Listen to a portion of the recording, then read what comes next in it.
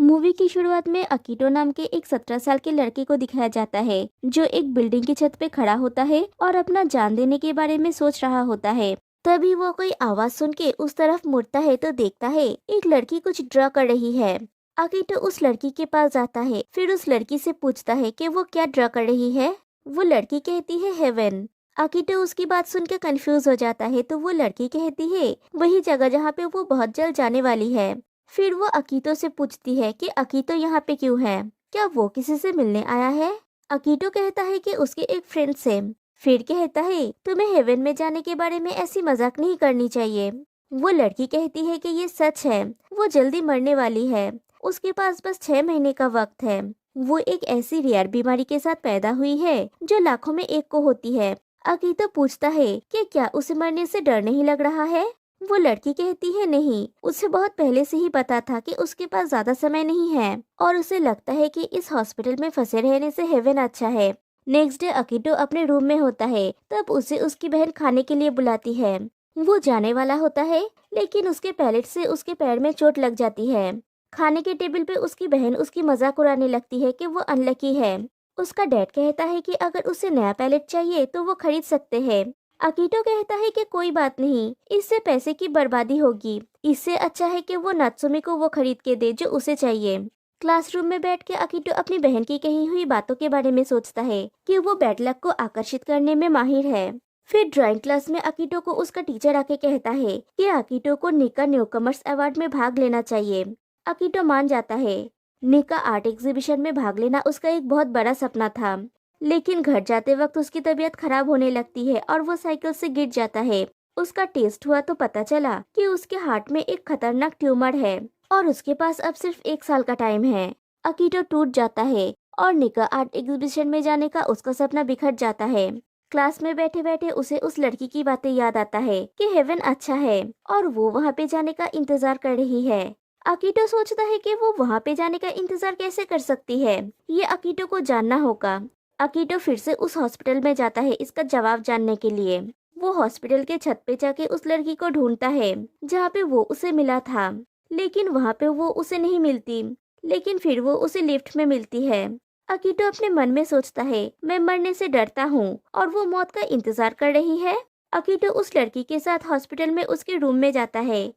अकीटो पूछता है तुम्हारा नाम हारुना साकुराई है ना। हारुना कहती है कि उसका नाम हारुना इसलिए है क्योंकि हारू का मतलब है स्प्रिंग और वो स्प्रिंग में पैदा हुई। अकीटो कहता है कि उसका नाम अकीटो हायासाका है, आकी क्योंकि उसका जन्म पतझड़ में हुआ था। हारुना अकीटो से उसकी उम्र पूछती है तो अकीटो कहता है कि वो 17 का है। हारुना कहती है कि उसकी भी सेम एज है। हारुना फिर से अकीटो से पूछती है क्या उसे ड्राइंग पसंद है। अकीटो कहता है कि वो स्कूल के आर्ट क्लब में है। हारुना पूछती है कि क्या अकीटो फ्यूचर में आर्टिस्ट बनना चाहता है।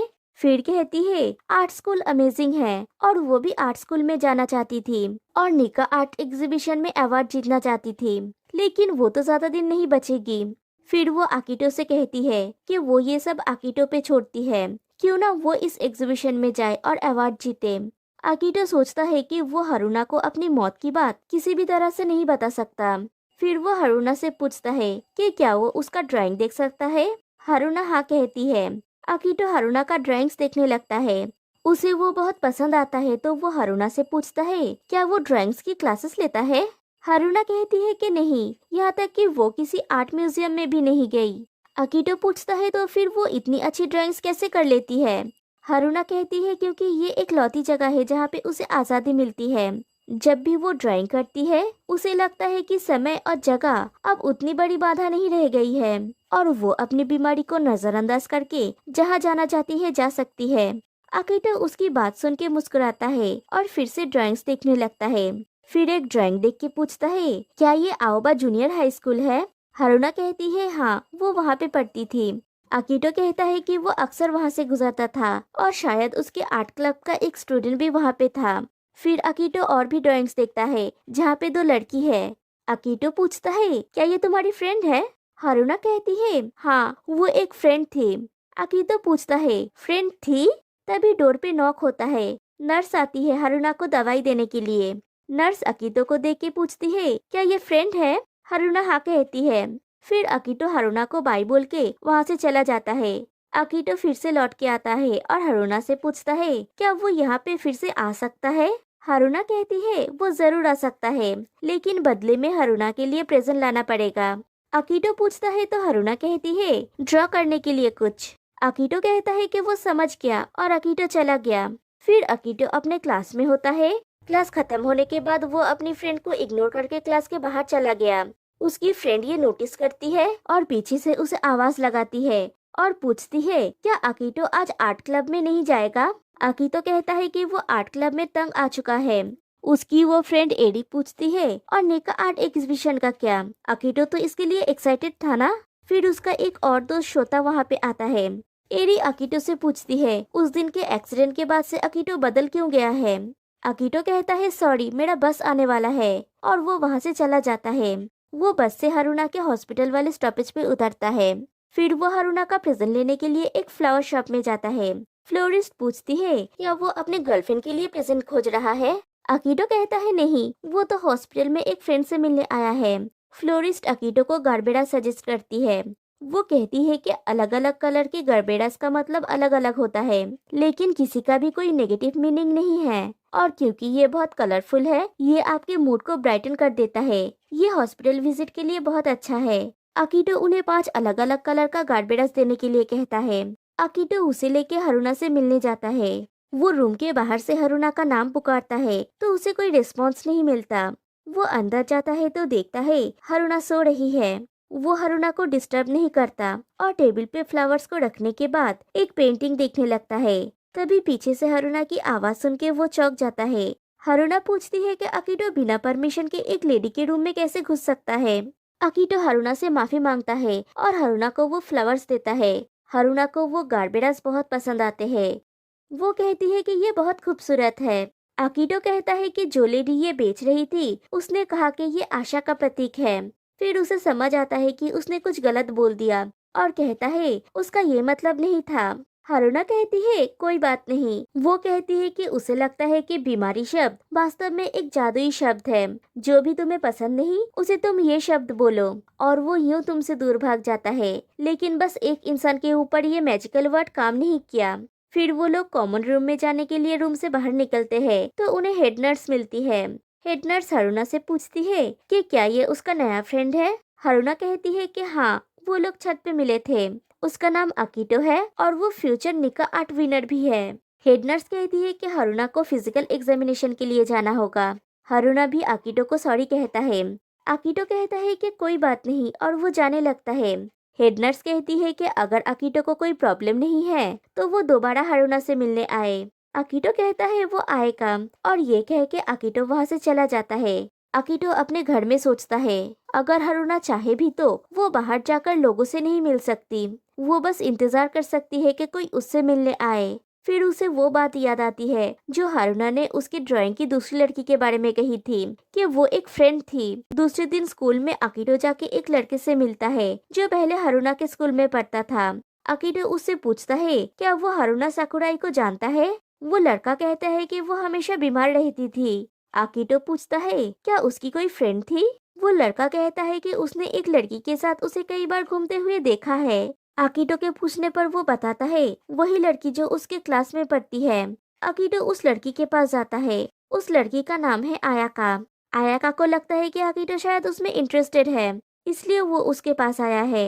आयाका अकीटो से कहती है कि उसे इस तरह के लड़के पसंद नहीं हैं, जो लड़कियों पे डोरे डालने की कोशिश करते हैं, और वो जाने लगती है। अकीटो कहता है कि ऐसी बात नहीं है। वो उससे पूछना चाहता था क्या वो हारुना साकुराई को जानता है। आयाका अकीटो से पूछता है कि वो हारुना को कैसे जानता है। अकीटो कहता है कि हारुना हॉस्पिटल में एडमिट है, लेकिन आयाका साफ साफ बोल देती है कि उसका हारुना से मिलने जाने का कोई भी इरादा नहीं है। जब से वो हाई स्कूल में आई है वो हारुना से नहीं मिली और वो अब हारुना को अपना दोस्त भी नहीं मानती और उसे नहीं लगता कि उसे देखकर हारुना खुश होगी। दूसरी तरफ हारुना उसकी और आयाका की पुरानी बातें याद करके रोने लगती है। शाम को अकीटो घर जाता है तो उसकी मॉम पूछती है कि वो कहाँ गया था और ये भी कहती है कि एरी अकीटो से मिलने आई थी और अगर एरी अभी अकीटो के साथ होती तो उन्हें अच्छा लगता। अकीटो कहता है कि वो एरी को परेशान नहीं करना चाहता और अपने रूम में चला जाता है। थोड़ी देर बाद अकीटो का डैड उसके रूम में आता है और कहता है क्यों ना समर वेकेशन के दौरान वो लोग कोई ट्रिप पे जाए। वो कहते हैं कि क्योंकि अकीटो लाइसेंस मिलने के बाद जापान की स्केच ट्रिप पे जाना चाहता है और नात्सुमी बोल रही थी कि वो भी जाना चाहती है, तो क्यों ना सब लोग साथ में मिलके जाए। अकीटो उन लोगों को जाने के लिए कहता है और ये भी कहता है कि वो सिर्फ रास्ते में परेशानी पैदा करेगा। उसका डैड कहता है कि तुम हमारे लिए कोई परेशानी नहीं हो, तुम अपने आर्ट में अपना दिल और आत्मा डाल देते हो। आकिटो कहता है कि ये सब याद रखने के लिए वो अब ज्यादा दिन नहीं बचेगा। उसका डैड निराश होकर वहाँ से चला जाता है। दूसरी तरफ हरुना उन गार्बेडास की ड्राइंग्स बनाती है, लेकिन वो फूल मुरझा गए हैं। नेक्स्ट टाइम फिर से अकीटो हरुना से मिलने आता है। हरुना कहती है कि 3 हफ्ते लगातार उससे मिलने आके अकीटो ने रिकॉर्ड बनाया है। फिर कहती है कि उसने सच में नहीं सोचा था कि अकीटो इतनी बार उससे मिलने आएगा और इन फूलों ने सचमुच उस पर प्रभाव डाला है। तभी वो लोग देखते हैं एक दूसरी पेशेंट से उसके फ्रेंड्स मिलने आए हैं। अकीटो कहता है कि तुम्हारे रूम में चलते हैं, यहाँ पे बहुत शोर है। रूम में आके अकीटो फिर से हरुना का ड्राइंग्स देखने लगता है। अकीटो हरुना से पूछता है क्या ऐसा कोई है जिससे हरुना मिलना चाहती है। हरुना कहती है वो अपने डैड से मिलना चाहती है। 5 साल से वो उससे मिलने नहीं आए। वो अपने डैड से माफी मांगना चाहती है। वो हमेशा अपने शेड्यूल में से टाइम निकाल के वो सब कुछ करते थे जिससे हरुना को खुशी मिले। वो एक आउटडोर पर्सन थे। वो हमेशा आशा करते थे कि उनका ऐसा बच्चा हो जो उनके साथ कैंपेन पे या बीच पर स्विमिंग करने के लिए जा सके, लेकिन वास्तव में कभी भी वो लोग साथ में ऐसे मौज मस्ती नहीं कर सके। तो हरुना अपने इस कमजोर शरीर के लिए उनसे माफी मांगना चाहती है और उन्हें ये कहना चाहती है कि वो उनका हेल्दी बेटी नहीं बन सकी। फिर अकीटो उस हेड नर्स के पास जाके हरुना की फैमिली के बारे में पूछता है और कहता है कि उसने कभी भी हरुना की फैमिली को उससे मिलने आते नहीं देखा। तो वो हेड नर्स कहती है कि वही उसकी माँ है। अकीटो सॉरी कहता है कि उसे इसके बारे में नहीं पता था।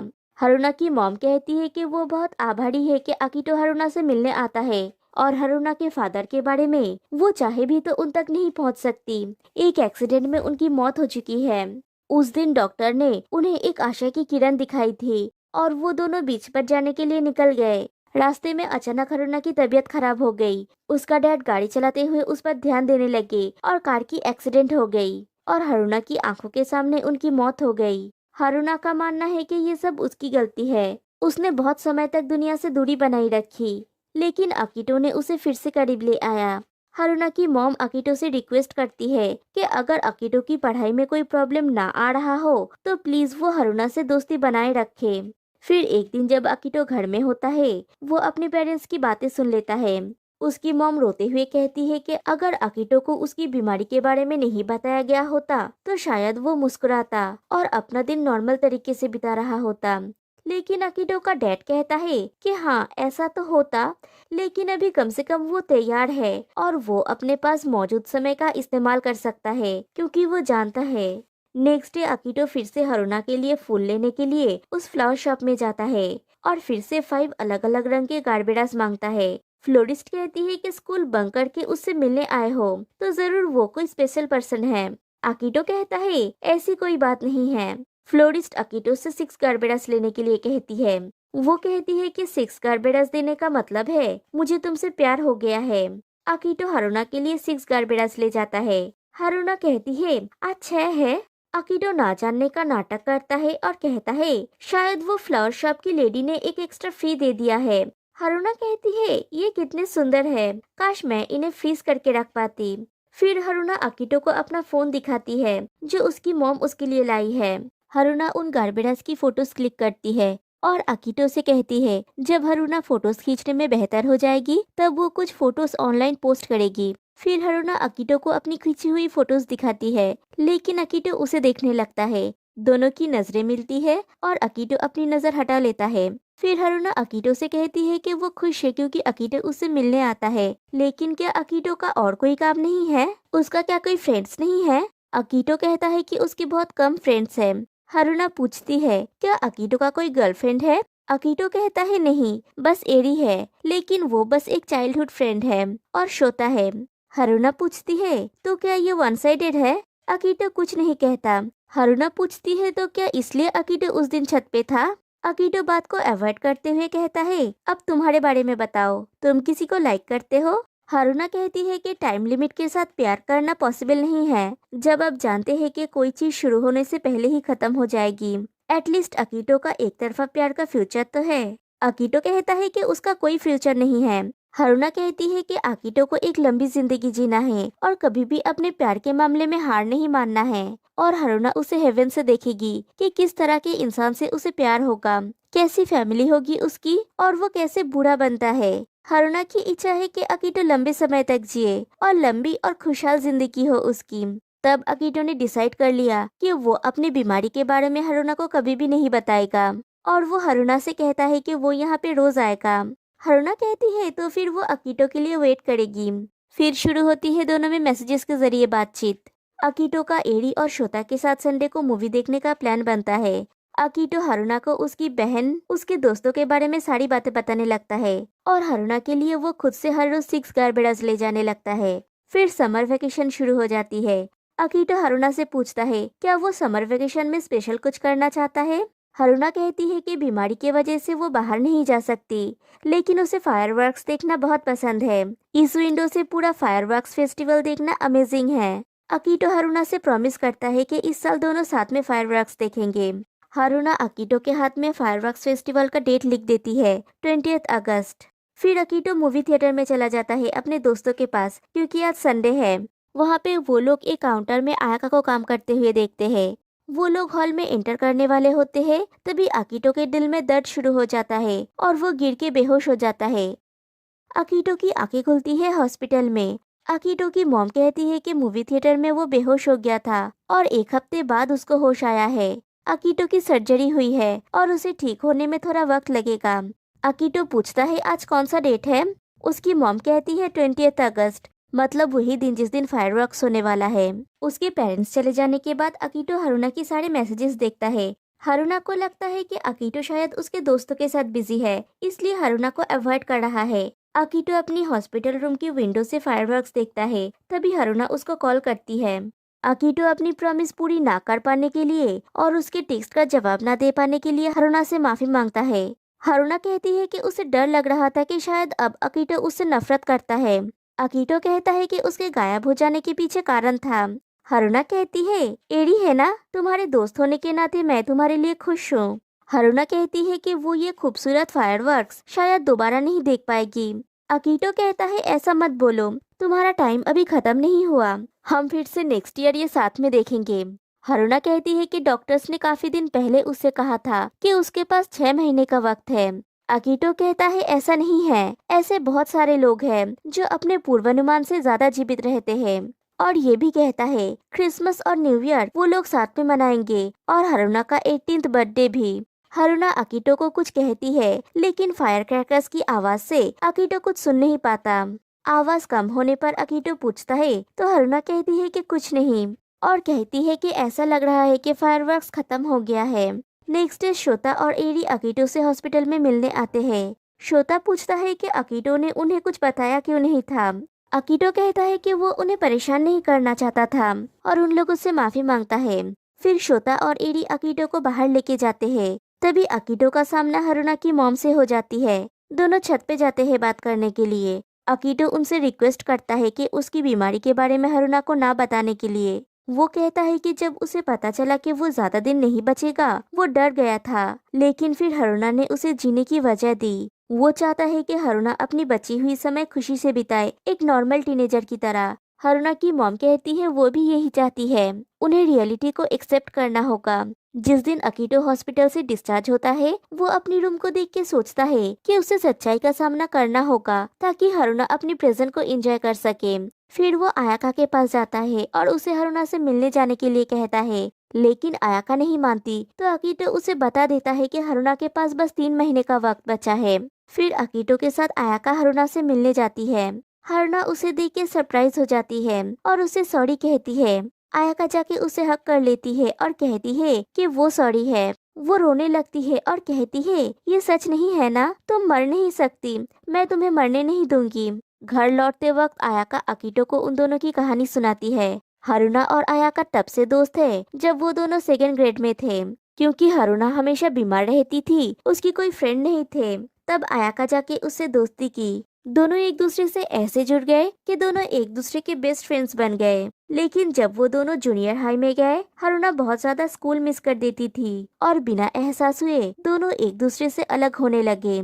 और ग्रेजुएशन डे वाले दिन सब कुछ खत्म हो गया। हारूना अपने ग्रेजुएशन में भी नहीं जा सकी और जब आयाका उससे मिलने हॉस्पिटल में आई, हारूना उससे चिढ़ गई। हारूना ने कही कि वो दोनों फ्रेंड्स नहीं हैं। हारूना ने कभी भी आयाका को अपनी फ्रेंड नहीं मानी। वो हमेशा आयाका के जैसा बनना चाहती थी, लेकिन वो नहीं बन सकी और अब उसे लगता है कि उन्हें एक दूसरे से अलग हो जाना चाहिए और उससे मिलने आने के लिए मना करती है। उसकी बात सुन के आयाका शॉक्ड हो जाती है और रोते हुए कहती है कि उसे लगता था कि वो दोनों बेस्ट फ्रेंड्स थे और यही कारण है कि हारूना की कोई फ्रेंड नहीं है, और रोते हुए वहाँ से चली गई। कहानी प्रेजेंट में आती है। आकिटो कहता है कि शायद हारूना आयाका को खुद से दूर करना चाहती थी, जैसे कि उसे पता था कि उसके पास ज्यादा समय नहीं है।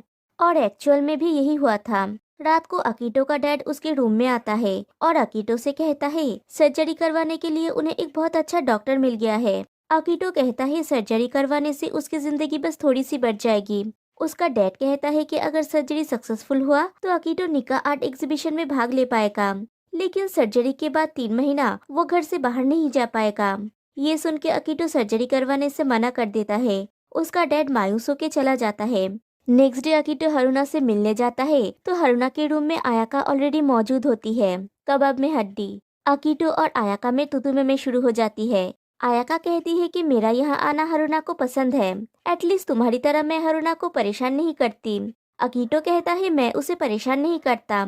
इतने में हारूना कहती है तुम दोनों एक परफेक्ट जोड़ी हो, और दोनों में फिर से लड़ाई शुरू हो जाती है। हॉस्पिटल से बाहर आने के बाद आयाका अकीटो को 2 स्कूल फेस्टिवल की टिकट्स देती है और कहती है उसकी क्लास स्नो वाइट का हिप वर्जन बना रहे हैं और वो चाहती है कि हारूना वो देखने आए। एलिमेंट्री स्कूल में वो लोग स्नो वाइट परफॉर्म की थी। आयाका प्रिंस बनी थी और हारूना स्नो वाइट। लेकिन ठीक शो शुरू होने से पहले हारूना बेहोश हो गई थी। वो ना तो परफॉर्म कर पाई और ना ही शो देख पाई। अकीटो कहता है वो हारूना को ले आएगा। फिर अकीटो कॉल करके हारूना को स्कूल फेस्टिवल के लिए पूछता है। अकीटो कहता है कि उसने हारूना की मॉम से पूछा था और डॉक्टर से भी परमिशन मिल जाएगा। हारूना कहती है वो जाएगी। हारूना की एक्स्ट्रा ट्रीटमेंट होती है ताकि वो हॉस्पिटल से बाहर जा सके, जिससे उसे बहुत दर्द होता है। लेकिन वो अपनी मॉम से कहती है कि वो ठीक है, अगर स्कूल फेस्टिवल में जाने के लिए उसे ये सहना पड़े तो वो सह सकती है। फिर अकीटो हारूना को स्कूल फेस्टिवल में ले जाता है। हारूना बहुत खुश होती है। एरी और शोता भी उससे मिलने आते हैं। एरी और शोता उन दोनों को साथ में देख के बहुत खुश है। हारूना वहाँ पे बहुत मजे करती है, लेकिन थोड़ी देर बाद वो थक जाती है। अकीटो हारूना से पूछता है क्या वो ठीक है। हारूना कहती है उसने आज बहुत मजे किया, अब दर्द हो रहा है। तभी हारूना को उसकी माँ की कॉल आती है। उसकी मॉम कहती है वापस आने का टाइम हो गया है, शायद हारूना टायर्ड हो गई है। हारूना कहती है वो ठीक है, बस थोड़ी देर और। हारूना की मॉम नहीं मानती। तभी अकीटो उनसे कहता है कि वो हारूना का ख्याल रखेगा और थोड़ी देर में वो लोग लौट आएंगे। तो हारूना की मॉम मान जाती है। वो कहती है कि एक हेड नर्स के रूप में मैं इसकी परमिशन नहीं दे सकती, लेकिन एक माँ के रूप में वो कुछ नहीं कहेगी। फिर ड्रामा स्टार्ट होता है। हारूना शो को बहुत एंजॉय करती है। आयाका स्नो वाइट बनी है। शो खत्म होने के बाद आयाका हारूना से मिलने आती है। वो हारूना को गले लगा के कहती है तुमने ये कर दिखाया। हारूना कहती है तुम स्टेज पे बहुत गॉर्जियस लग रही थी। फिर लौटते समय बस में हारूना अकीटो को थैंक यू कहता है उसका एक सपना सच बनाने के लिए। अकीटो कहता है कि नेक्स्ट टाइम हम बीच पे जाएंगे। तुम उन सभी जगह पर जाना चाहती हो ना जो तुमने अपने स्केचबुक में बनाया है। हारूना कहती है शायद ये नेक्स्ट टाइम कभी नहीं आएगा। अकीटो आज का डेट देखता है और बस को रोकने के लिए कहता है। बस से उतरने के बाद वो दोनों सी बीच के पास पहुंचते हैं। फिर अकीटो हारूना को अपने पीठ पे चढ़ा के बीच पे लेके जाता है। हारूना पूछती है अगर मैं मर जाऊं तो क्या तुम इस अकेली आत्मा को बचाने के लिए एक किस दोगे। अकीटो कोई जवाब नहीं देता तो हारूना फिर से कहती है कि वो भी प्यार में पड़ना चाहती थी। बस एक बार वो किसी से प्यार करना चाहती थी और ये हमेशा से उसकी सबसे बड़ी इच्छा थी। अकीटो रोते हुए उससे माफी मांगता है क्योंकि वो उसके लिए कुछ नहीं कर सका। हारूना अकीटो को अपसेट देख के कहती है कि वो तो बस मजाक कर रही थी। अकीटो हारूना से कहता है वो शुरू से ही उससे कुछ छुपा रहा था और वो बात कहने जाता है। तभी हारूना उसे बताने से मना करती है और कहती है कि वो अब सिर्फ अच्छी और मीठी बातें सुनना चाहती है।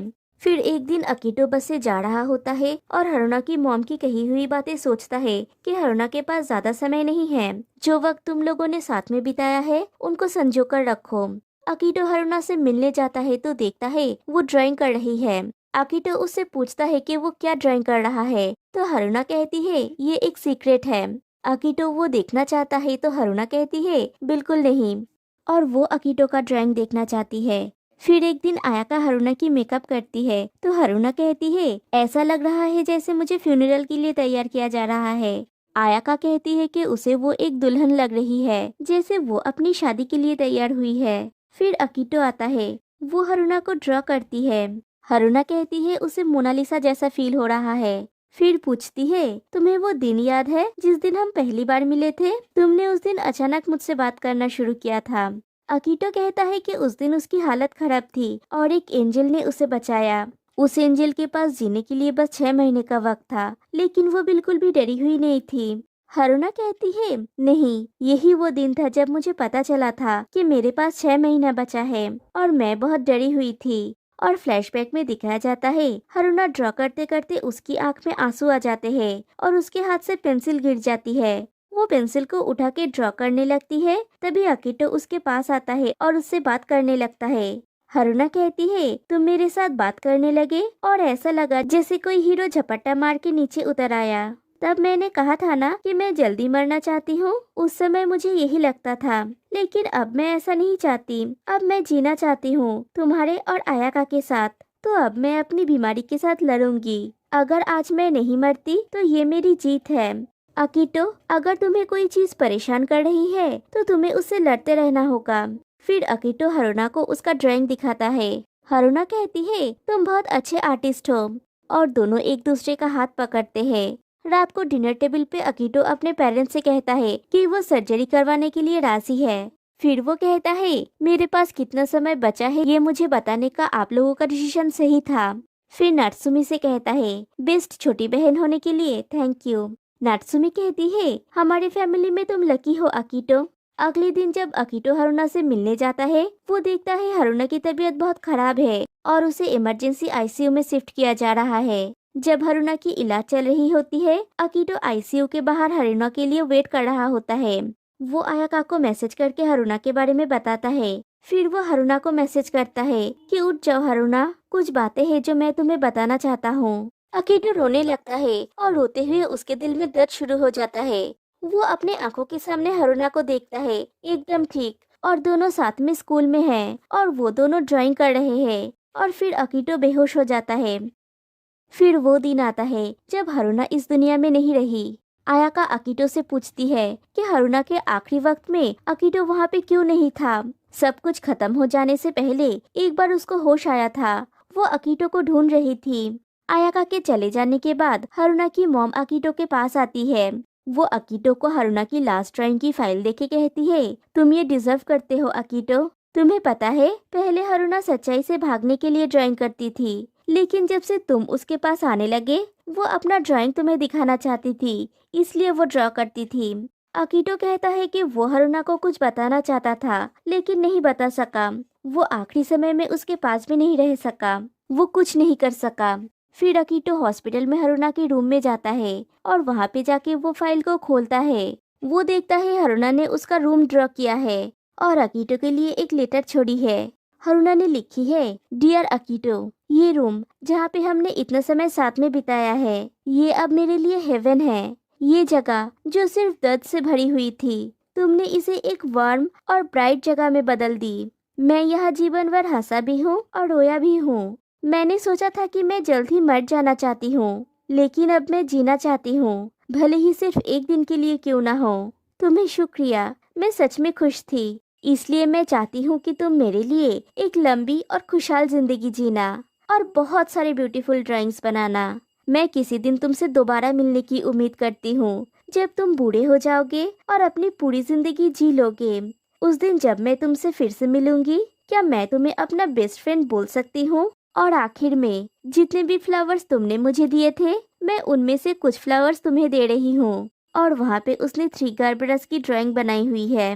फिर अकीटो की सर्जरी होती है। सर्जरी के बाद अकीटो के फ्रेंड्स उसका ख्याल रखते हैं। अकीटो अपना ध्यान पेंटिंग में लगाता है और वो निका आर्ट एग्जीबिशन के लिए भी सिलेक्ट हो जाता है। फिर एक दिन वो अपने फैमिली के साथ पिकनिक पे जाता है। फिर एक दिन आयाका अकीटो को मैसेज करती है तो उसे पता चलता है अकीटो फिर से हॉस्पिटल में एडमिट है। आयाका भी अकीटो के लिए फूल लेने के लिए उसी फ्लावर शॉप में जाती है। फ्लोरिस्ट उससे पूछती है, क्या तुम्हारी बॉयफ्रेंड फिर से बीमार है? आयाका कहती है अकीटो उसका बॉयफ्रेंड नहीं, उसकी राइवल है। फ्लोरिस्ट पूछती है 6 गर्बेरस दे दूं? आयाका कहती है 5 ठीक है।